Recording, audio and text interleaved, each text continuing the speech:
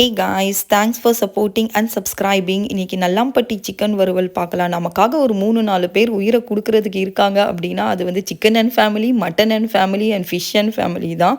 இவங்க குடும்பமாகவே சேர்ந்து நமக்காக வந்து உயிரை கொடுப்பாங்க. இன்க்ரீடியன்ட்ஸ் லிஸ்ட்டு கொடுத்துருக்கேன், செக் பண்ணி பாருங்கள். இப்போ குயிக்காக என்னோட டேரெக்ஷனில் எப்படி பண்ணலான்னு பார்க்கலாம்.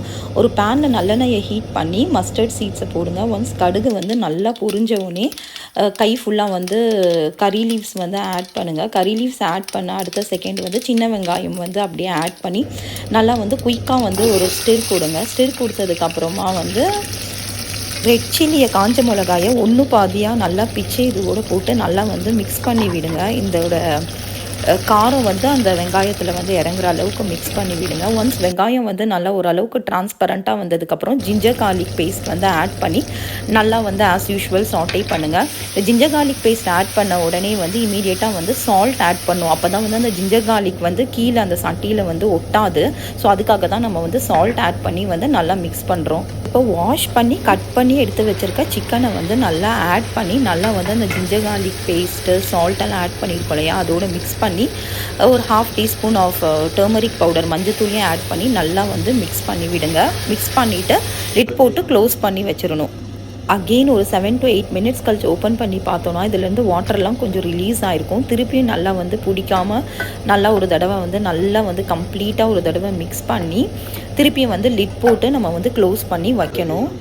உங்களுக்கு வேணும்னா தண்ணி கொஞ்சம் தெளித்து நீங்கள் வந்து லிட் போட்டு வைக்கலாம். நான் வந்து ட்ரையாக செய்கிறனால நான் வந்து ஜஸ்ட்டு க்ளோஸ் பண்ணி வச்சே வந்து சிம்மில் வச்சே வேக வச்சேன்.